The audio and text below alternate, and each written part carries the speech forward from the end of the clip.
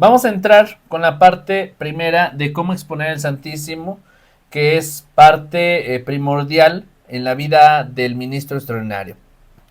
Recuerden que ya lo mencionamos, cada persona bautizada en nuestra Iglesia Católica podría exponer el Santísimo porque pues exponer el Santísimo es una práctica espiritual. Entonces vamos a ver parte por parte qué es lo importante en este servicio, qué hay que tomar en cuenta. Bueno, número uno, ¿qué es una hora santa? Pues una hora santa, ya lo mencioné, es una práctica espiritual que nos ayuda a encontrarnos con Jesús. Es un tiempo con Jesús sacramentado. Se trata de comprender a Jesús en el pan eucarístico. Por eso viene la parte de la contemplación, que significa contemplar a Jesús presente siempre en nuestra vida, alabarlo y darle gracias por la vida, creer en el poder de que con solo tocarlo podemos ser sanados de manera íntegra. Entonces, esto es la hora santa, una práctica espiritual que no tiene que ver con los ritos litúrgicos. Y bueno, vamos a comenzar con la parte de la mujer de la hemorragia, que es un texto del Evangelio de San Lucas en el capítulo 8, versículos del 40 al 48. Ya había gente para recibir a Jesús a su regreso, pues todos estaban esperándolo. En esto se presentó un hombre llamado Jairo, que era dirigente de la sinagoga. Cayendo a los pies de Jesús, le suplicaba que fuera a su casa, porque su hija única, de unos 12 años, se estaba muriendo. Y Jesús se dirigió a la casa de Jairo, rodeado de un gentío que casi lo sofocaba. Entonces una mujer que padecía hemorragias desde hacía 12 años y a la que nadie había podido curar, se acercó por detrás y tocó el fleco de su manto. Al instante se le detuvo el derrame. Jesús preguntó: ¿quién me ha tocado? Como todos decían yo no, Pedro le replicó: Maestro, es toda esta multitud que te rodea y te oprime. Pero Jesús le dijo: no, o sea, alguien me ha tocado, pues he sentido que una fuerza ha salido de mí. La mujer, al verse descubierta, se presentó temblando y se echó a los pies de Jesús. Después contó delante de todos por qué lo había tocado y cómo había quedado instantáneamente sana. Jesús le dijo: hija, tu fe te ha salvado, vete en paz. ¿Por qué les comparto este texto de la mujer de la hemorragia en el Evangelio de San Lucas? Es uno de los textos que cambió completamente mi vida para comprender a Jesús como el pan vivo bajado del cielo. Quiero compartirles aquí una breve anécdota personal que me hizo comprender a Jesús en el pan. Yo no comprendía al principio cómo Jesús podía estar en un pedazo de pan. ¿Y por qué comparto mi experiencia con respecto a Jesús, el pan vivo bajado del cielo? Porque en la hora santa, hermanos, ustedes son los primeros que tienen que compartir esa conciencia y convicción de que Jesús está ahí, vivo y presente en el Santísimo Sacramento del altar. Si ustedes no entienden que Jesús está ahí, no pueden ser ministros. Si ustedes dudan de Jesús sacramentado en el altar, no pueden ser ministros. Porque un ministro que se pone frente a Jesús sacramentado y predica sin ser convencido de que Jesús está vivo y presente en ese pedazo de pan, va a confundir a la gente. Y por eso escuchamos a ministros que luego dicen: bueno, ¿quién sabe si Jesús está ahí? Pues dice la Biblia que está ahí, pero la verdad es que pues cada quien sabrá si realmente cree o no cree. Y entonces hay ministros que confunden en lugar de compartir la firme convicción. Bueno, lo que ahora yo hago es lo que ustedes van a hacer en sus comunidades. Yo les voy a compartir una anécdota del por qué estoy convencido de que Jesús está presente en el Santísimo Sacramento del altar y cómo fue que me ayudó. Y así también espero ustedes puedan compartir su anécdota. Bueno, en algún momento cuando escuché esta parte del Evangelio de la mujer de la hemorragia, entendí el poder de Jesús. Fíjense el texto, vamos a analizarlo. Se presentó un hombre llamado Jairo, que era dirigente de la sinagoga, y cayendo a los pies, era dirigente de la sinagoga. una persona que es dirigente, que es líder, nada más por ser líder o dirigente, tiene poder. Es una persona poderosa. Y cayó a los pies de Jesús. Dice, cayendo a los pies de Jesús, le suplicaba que fuera a su casa. Entonces, acá para Jesús, no va a importar qué papel tengas, qué cargo tengas. Es que yo soy fulanito de tal. Y a mí me respetan, a mí me tienen respeto. No. Frente a Jesús no somos nada. Todos caen bajo sus pies. Porque su hija única, de Jairo, de unos 12 años, estaba muriendo. Y Jesús se dirige a la casa de Jairo, rodeado de un gentío de gente que casi lo sofocaba, es decir, iba bien apretadísimo. Entonces una mujer que padecía hemorragias, que iba ahí entre todo el pueblo, desde hacía 12 años y a la que nadie había podido curar, se acercó por detrás así como que en secreto y tocó el fleco de su manto así nada más. Lo toca y al instante se le detuvo el derrame. Al instante. Jesús se preguntó, ¿quién me ha tocado? Y todos decían, pues yo no, ¿cómo? Pedro le replica, maestro, ¿cómo haces esa pregunta? ¿Que quién te toca? Pues estás viendo que toda la multitud nos está rodeando, nos están apretujando.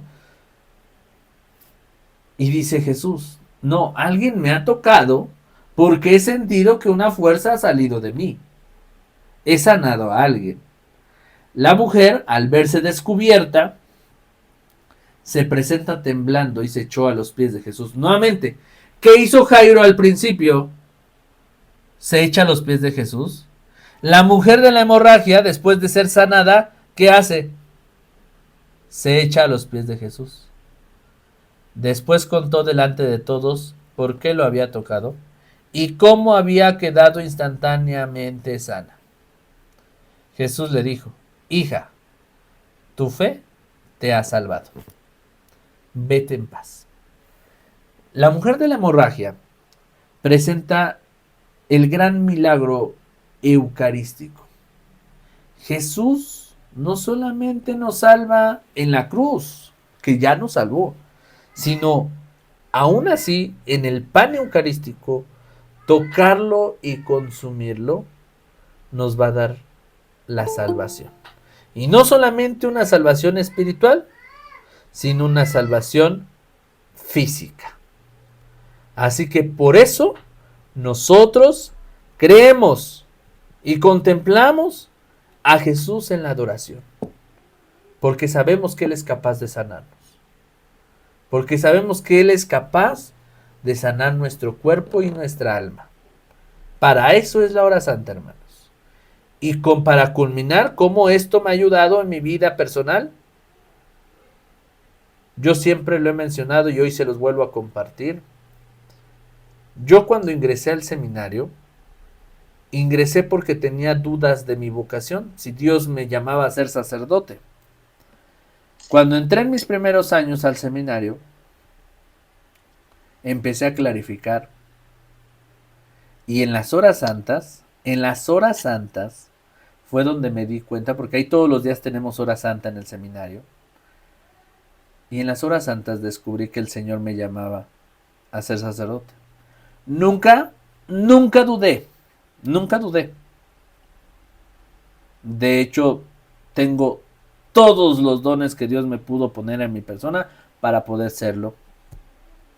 ¿Y saben qué? Hablando con el Señor en la oración, Él me concedió esta libertad de algo que yo le platiqué en lo secreto y le dije, Señor, yo puedo ser sacerdote, pero yo no puedo vivir con el tema de que no puedo tener una familia física, vivir el matrimonio. Y siempre fue esa mi confrontación. Yo quiero vivir el matrimonio, yo quiero tener mis hijos, yo quiero tener una vida familiar y me cuesta. Y fueron muchas noches que me daban insomnio, me bajaba yo a estar frente al sagrario de rodillas y me ponía yo a hacer oración frente a Jesús.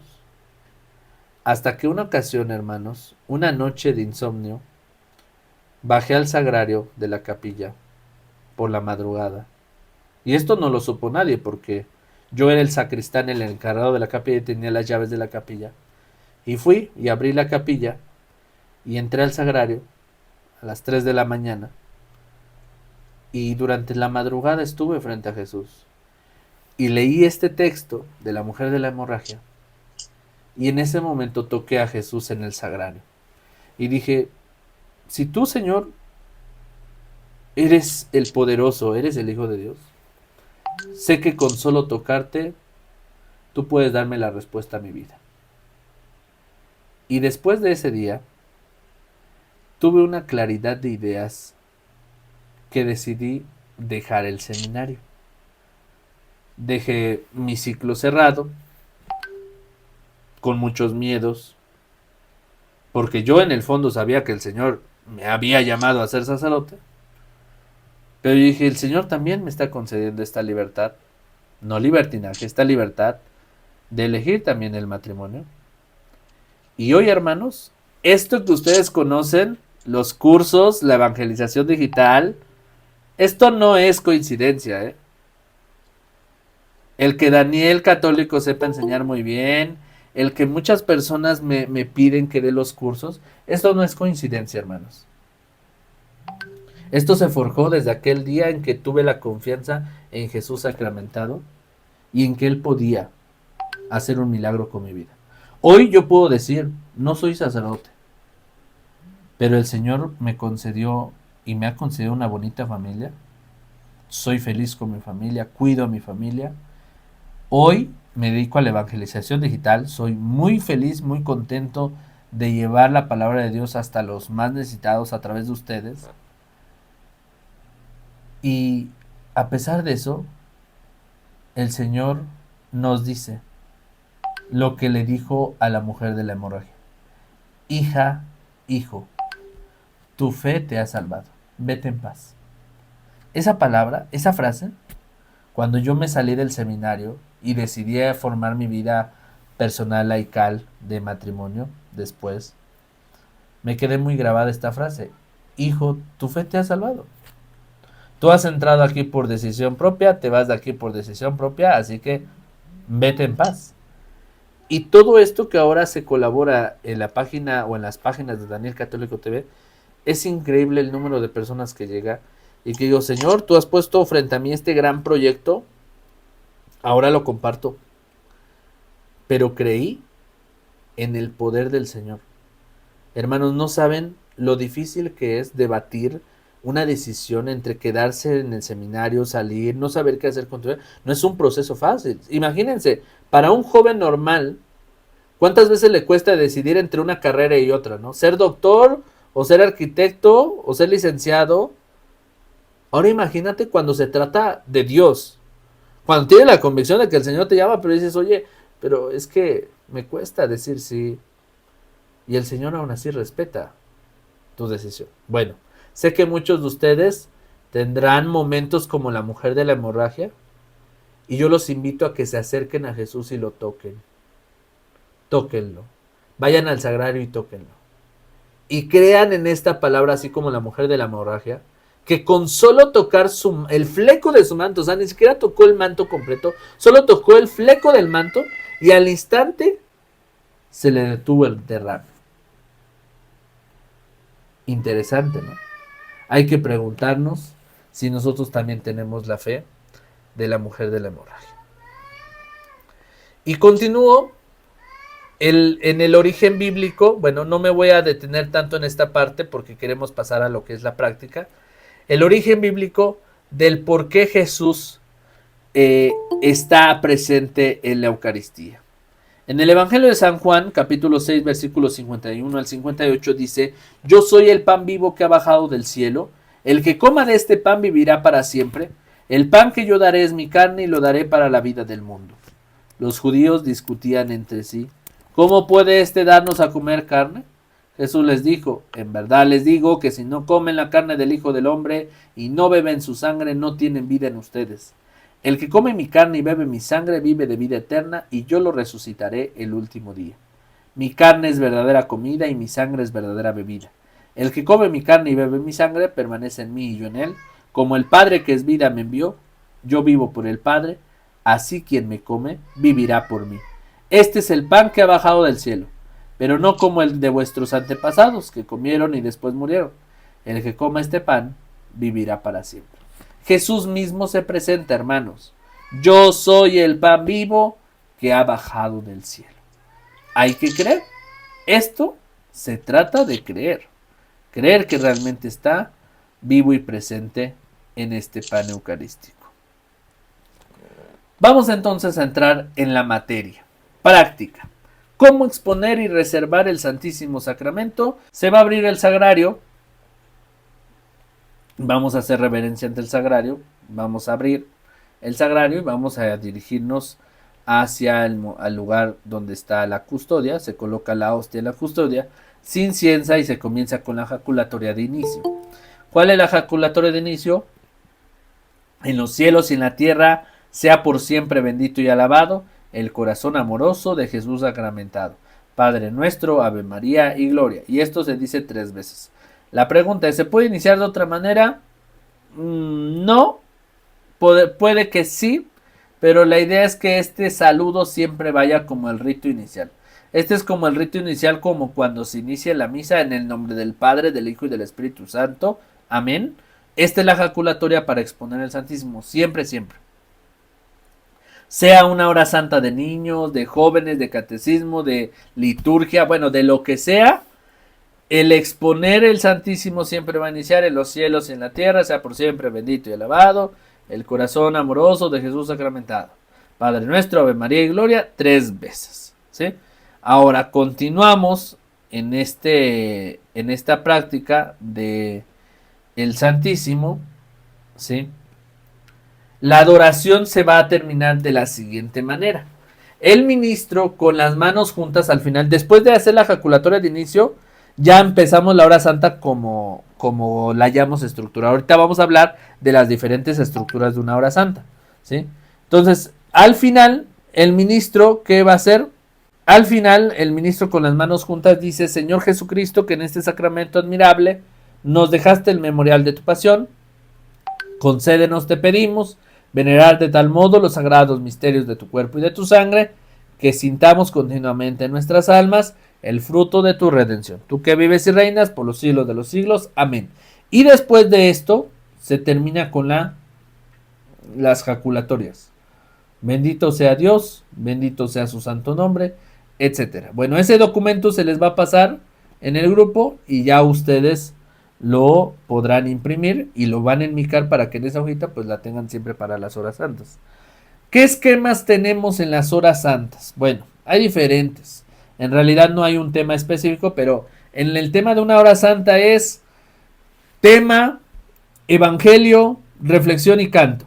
Otro esquema sería tomar un evangelio y hacer la lección divina y terminar con una oración. Otro sería liturgia, rosario, lectura espiritual. Otro sería contemplación, alabanza y predicación. ¿Sí? 3 cosas importantes. Ahí son los diferentes esquemas y vamos a ver cuáles son algunos de ellos. ¿Cómo predicar la palabra de Dios? En alguno de los esquemas de la exposición del Santísimo vamos a tener lo que es la lectura del Evangelio. ¿Qué dice el texto? ¿Cómo se vive en el mundo actual? ¿Qué respuesta exige a Dios en este Evangelio?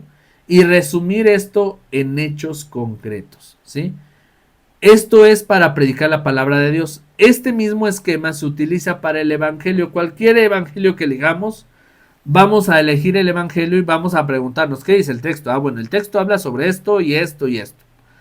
¿Cómo se vive esto en el mundo actual? Bueno, algunos ejemplos que puedo poner es que, por ejemplo, hoy los jóvenes, hoy los adultos, hoy los matrimonios viven esta situación. Bueno, ¿qué respuesta me está exigiendo Dios en este evangelio? Por ejemplo, si hablamos del evangelio ahorita de la samaritana, pues la respuesta que Dios exige es que seamos personas capaces de conocer la historia de Jesús. Que seamos personas también capaces de proveer a los demás de esta agua. Que no solamente recibamos el amor de Dios, sino que compartamos ese amor con nuestros hermanos. Y todo esto irlo resumiendo en hechos concretos. ¿Qué vamos a hacer después de predicar la palabra de Dios? Bueno, saliendo de aquí, ve y abraza a tu mamá y dile cuánto la amas, ¿sí? Dile lo importante que es para ti. O ve y abraza a tus hijos y diles cuán importantes son para ti. Entonces es muy importante que todo lo del Evangelio lo resumamos en hechos concretos.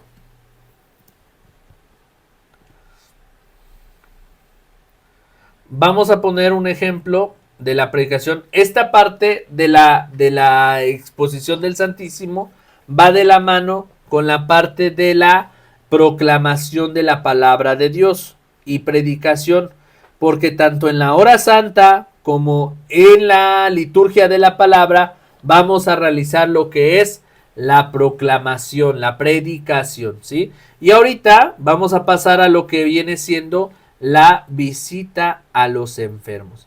Entonces, por ejemplo, acá en el Evangelio de San Mateo, no lo voy a leer todo porque por cuestión de tiempo, pero dice, entren por la puerta angosta porque ancha es la puerta y espacioso el camino que conduce a la ruina y son muchos los que pasan por él. Tenemos todo el texto. ¿Cómo podemos hacer una predicación de la palabra de Dios? Bueno, el ejemplo está aquí. ¿Qué es lo que vamos a hacer? Vamos a separar el texto por pequeñas frases. A ver, entren por la puerta angosta. Hay un autor que es un autor de filosofía que explica el libro del Génesis. Y hay un libro que se llama El Génesis en un libro. Y el libro del Génesis lo viene explicando frase por frase o casi palabra por palabra. ¿Qué es lo que hace este autor para dar la explicación del texto del libro del Génesis? Separa. En aquel tiempo Jesús, bueno, por ejemplo, Jesús dijo esto. Y entonces sobre ese título, toda una página completa de una explicación. Otra frase, toda otra explicación. Bueno, para hacer una predicación muy sencilla, hermanos, simplemente lo que tienen que hacer es desglosar el texto del Evangelio así como lo están viendo en pantalla. Por ejemplo, entren por la puerta angosta. Segunda frase, el camino que conduce a la salvación. Tercera, lo reconocerán por sus frutos. Y cuarta, todo árbol que no da buenos frutos se corta y se echa al fuego. A ver, entren por la puerta angosta. ¿Qué ejemplos podemos dar? Entren por la puerta angosta. Bueno, cuando el Señor nos habla de entren, en primera nos está invitando en un camino de entrada, no de salida. Por la puerta angosta, ¿qué se refiere a angosta? Que no es una puerta para todos, donde todos puedan entrar. Sí, porque por la puerta grande cualquiera puede entrar, ¿verdad? Y el Señor nos invita, ya en esta frase podemos entender cómo el Señor nos invita a un camino donde no todos pueden entrar, un camino donde no es fácil para todos, un camino que exige, ¿sí? Un camino que se sufre, un camino que es duro y que no todos estamos dispuestos a pagar el precio de este camino. Pero sin embargo Jesús nos anima y nos dice que este es el camino que conduce a la salvación. Es el camino que nos da la alegría, que nos da el amor, que nos da la familia. ¿Cuántos de nosotros no quisiéramos ser felices? Pues todo mundo. Pues este camino nos da la salvación, nos da eso. Siguiente parte. Te reconocerán por tus frutos. Qué bonito es que hablen bien de ti. Decía un profesor en la primaria, nos regalaron un mensaje, un libro que decía, si quieres que tus hijos hablen bien de ti, si quieres que tus hijos hablen bien de ti, haz obras buenas en ellos, porque la voz de tus hijos es el reflejo de sus padres. O sea, todo lo que tus hijos hablen, digan o hagan, es el reflejo de lo que tú has creado en ellos. Imagínate, Jesús lo está mencionando en el Evangelio, lo reconocerán por sus frutos. Te reconocerán por tus hijos. Ah, tú eres hijo de fulanito de tal. Ah, sí es cierto, sí te pareces. Imagínate. Estos ejemplos que vamos poniendo conforme al texto nos van iluminando mucho cuando ya vamos haciendo un desglose de la palabra. Entonces, esta misma actividad que es muy sencilla, simplemente cualquier parte del Evangelio tenemos que agarrarlo, irlo desglosando y qué me va diciendo cada parte del texto y cómo lo puedo explicar. Y esto es algo muy sencillo para enfocarnos en lo que decíamos al principio, ¿eh? Predicar a Jesús y no estar predicando, pues otra cosa, ¿no? Ahora, porque muchas veces ocupamos la hora santa, ocupamos la predicación para hablar de todo menos de Jesús.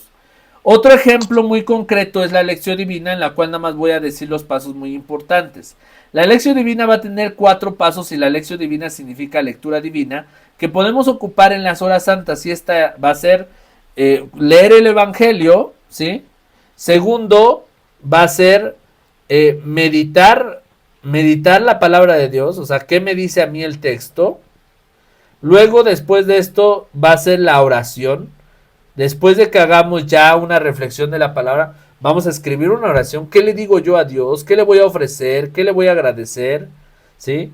Y después de eso, contemplar a Jesús que está vivo en el pan, presente en el altar. Y al final, otra opción que vamos a tener dentro de estos esquemas en la hora santa es la liturgia de las horas. ¿De acuerdo? La liturgia de las horas es un libro que vamos a tener, que va a tener la estructura de los himnos, salmos, lectura breve, responsorio breve. Por ahí les estaré dejando un link para que vayan a ver el curso completo de la liturgia de las horas, y esta les va a ayudar mucho también a diversificar sus horas santas y que ustedes puedan hacer oración de diferente manera, que no siempre sea como una oración estructurada, ¿no? Que vayamos diversificando. Bueno, vamos a pasar ahora a la parte de cómo visitar a los enfermos. Solo los ministros pueden realizar esto de la liturgia o sea, llevar a cabo una hora santa. No estoy hablando de la exposición del Santísimo, sino el desarrollo como tal de la hora santa. No, cualquier laico comprometido. Okay, gracias. Sí, sí, por ejemplo, hay algo que se me pasó comentar y que bueno que viene la pregunta al caso. Hay ocasiones donde el sacerdote es el que expone el Santísimo. ¿Sí? Él llega, abre el sagrario, expone el Santísimo y se va a confesar hasta atrás. Y te deja a ti ministro o deja la catequista al de liturgia o a veces al del coro, porque hay ocasiones que van cambiando, ¿no? Esta semana le toca al ministro, la otra semana al de la liturgia, la otra semana a la catequista, la otra al del coro y así. Y cada uno va preparando la hora santa a su modo. Entonces la preparación de la hora santa ya es de acuerdo al que dirige. Pero cualquiera de nosotros puede preparar la hora santa, incluso aunque no seamos ministros extraordinarios. Y ya al final el sacerdote viene a reservar el Santísimo y a dar la bendición. Solamente el sacerdote puede dar la bendición, ¿eh? Nosotros no. Hermano Daniel. Sí, adelante. Mi pregunta es, bueno, más bien una duda, ¿no? Porque ya me tocó. La celebración de la palabra de cuerpo presente, ¿usted tendrá algún material o no sé, a lo mejor no pueda dar algún curso? Porque la verdad que a mí me mandaron a la guerra sin armas. Ok, ¿ya la mandaron a celebrar una liturgia de la palabra de cuerpo presente? Así es.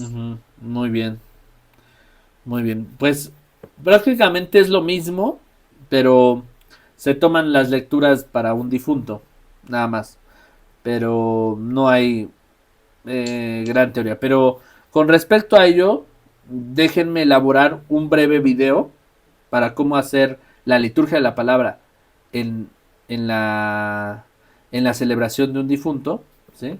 Con la distribución de la comunión, y para que vean cuál es la diferencia entre una liturgia de la palabra normal y la de un difunto, para un difunto. ¿Okay? Y se los voy a compartir en el grupo. Disculpe, nosotros como ministros podemos hacer el recibimiento y en la despedida del difunto. ¿En qué sentido? Pues ya ve que cuando llega el féretro, está fuera de el sacerdote lo recibe, ¿no? Lo recibe, entonces nosotros como ministros podemos hacer eso. Sí, pero depende también las prácticas de cada lugar, ¿de acuerdo? Sí, nada más que tendrían que estar capacitados por el sacerdote. Por ejemplo, al final lo que hace lo que hace el sacerdote nada más es pues bendecir el ataúd, la arena, las flores, ¿sí? Y de hecho Ujú. incensar, también se incensa el ataúd con la persona. Entonces podemos incensar y podemos rociar agua bendita, sí, mas no podemos dar como tal la bendición sobre el cuerpo presente, ¿no? Porque el sacerdote al final, para terminar, dice una oración, la oración que viene en el ritual de exequias, y precisamente ahí da la bendición de lejos, ¿sí? Eso no lo podemos hacer. Lo demás sí, bendecir de hecho eso se hace también en la levantada de cruz, ¿sí? Cuando tenemos la levantada de cruz, el mismo rezandero es el que le rocía agua bendita a la cruz, a las flores, ¿sí? Pero nunca se procede a hacer algo propio del sacerdote, como la bendición, ¿sí? O consagrar, como por ejemplo hacer la misa o eso, no, sino hacer la Sí, liturgia de sí. la palabra, ¿sí? Muy bien. Muchas gracias, hermano. Bueno, ¿alguien más? Nadie, ¿verdad? Bueno, para ir concluyendo en esta parte, porque como ya se los mencionaba, miren, el tiempo se nos va rápidamente y quiero concluir con la parte de algunas preguntas y respuestas que tienen, porque algunos de ustedes tienen algunas preguntas diversas al tema, aunque ya tenemos una temática, pero llegan a tener de momento otras preguntas. Bueno, les voy a compartir este libro que se llama Para llevar la comunión a los enfermos, ya sea que ustedes lo puedan conseguir o ustedes lo puedan imprimir, se los voy a mandar. Este libro nos va a traer toda la respuesta a lo que ya viene siendo la distribución de la comunión fuera de la misa, y esto es para llevar la comunión. ¿Qué vamos a tener en este libro? Pues diferentes formas de llevar la comunión. ¿Ok? Entonces, ¿cuál es la recomendación? Que vayamos diversificando, ¿sí? Las formas de llevar la comunión. Aunque se puede leer el Evangelio con el misal anual o el misal mensual, la idea es que pues podamos tomar diferentes evangelios. Por ejemplo, acá dice 5 ritos de comunión para los enfermos. Este libro va a traer 5 ritos de comunión. ¿Y cómo va a iniciar? Ritos iniciales. Por ejemplo, ahí estamos viendo.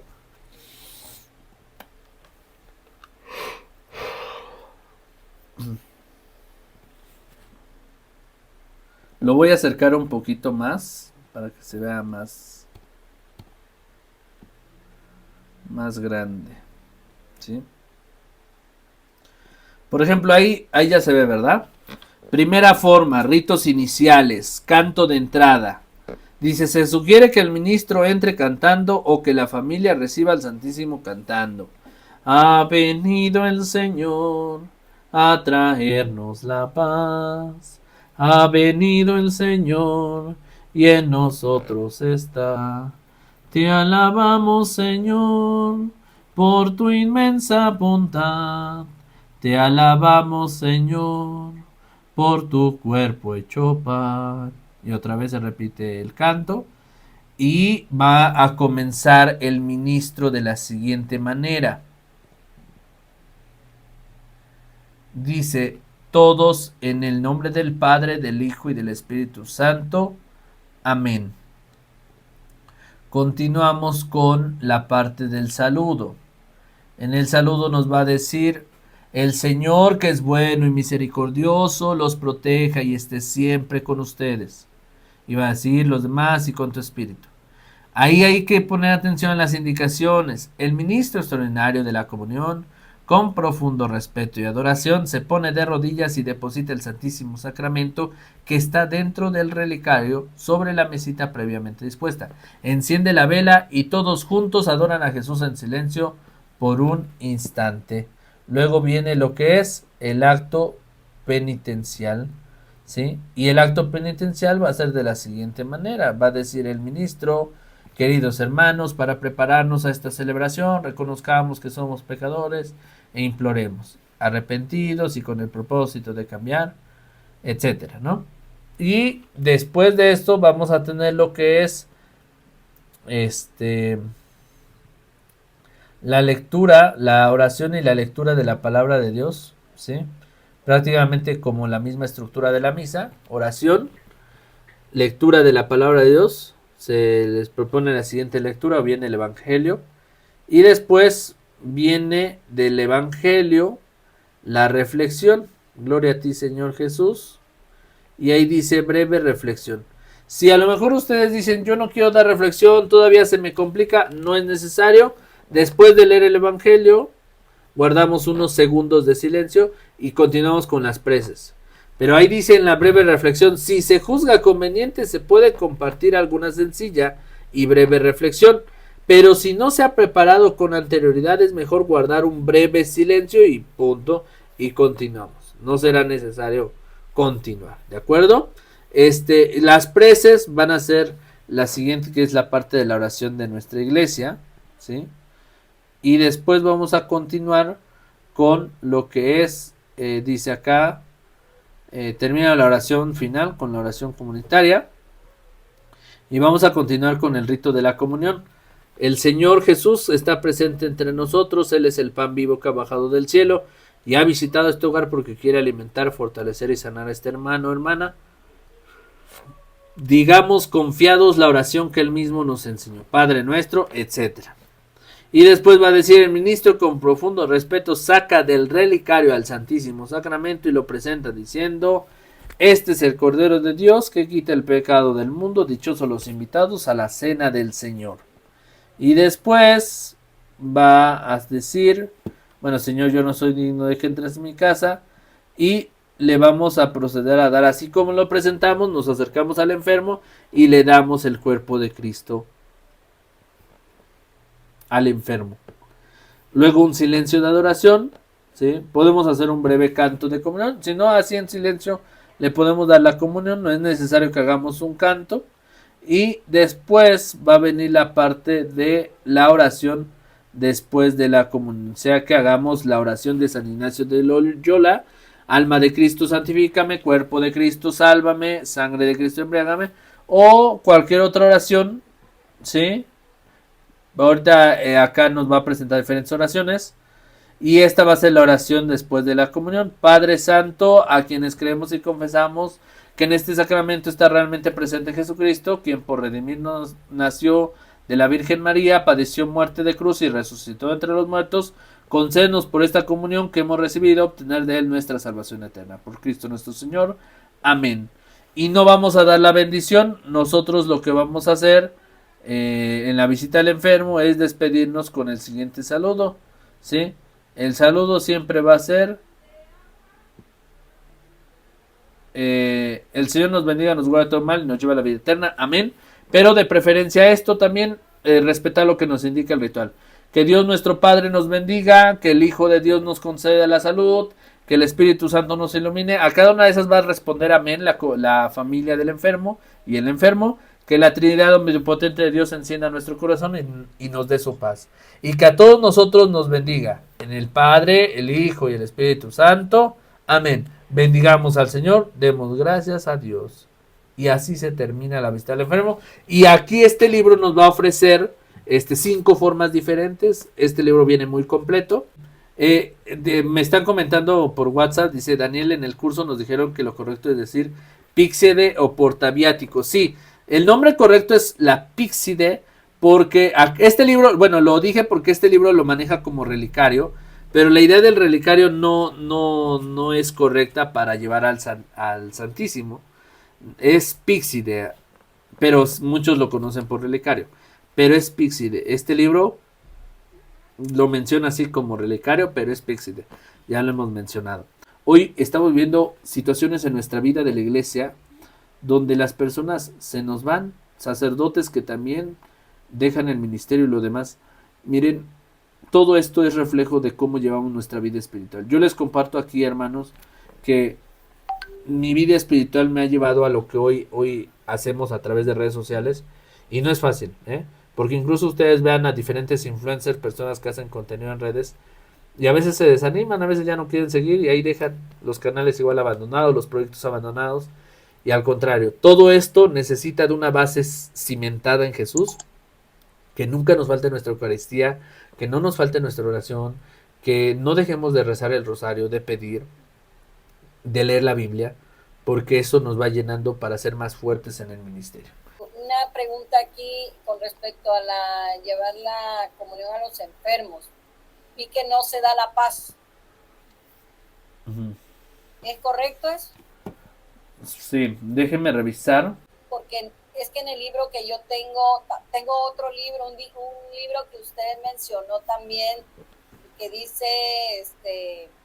Ministro Extraordinario fuera de la misa. Es un libro rojo, no me acuerdo ahorita el autor.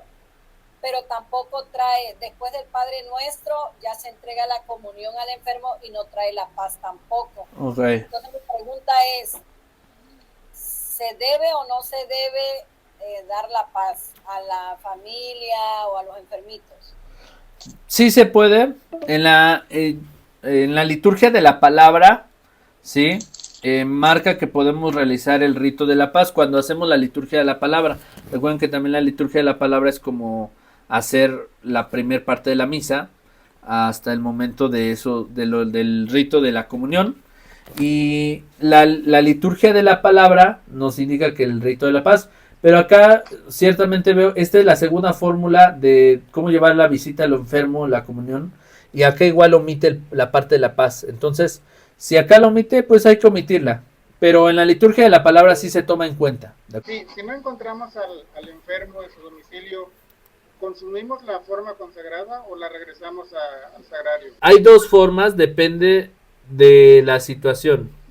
Si en tu ruta después de visitar al enfermo tienes que regresar, tendrías que regresar el cuerpo de Cristo. Pero normalmente lo que hace es que se consume. Nosotros consumimos el cuerpo de Cristo. El ministro consume. Sí, porque, por ejemplo, ya a lo mejor me tocó el último enfermo y tocó hasta la orilla del pueblo, ya no voy a regresar hasta la parroquia, ¿verdad? Entonces, la consumimos el cuerpo de Cristo nosotros. Pero ya no nos quedamos con el cuerpo de Cristo nosotros, ¿eh? O sea, ya no nos lo tenemos que llevar físico a nuestra casa. No podemos llevarlo ya.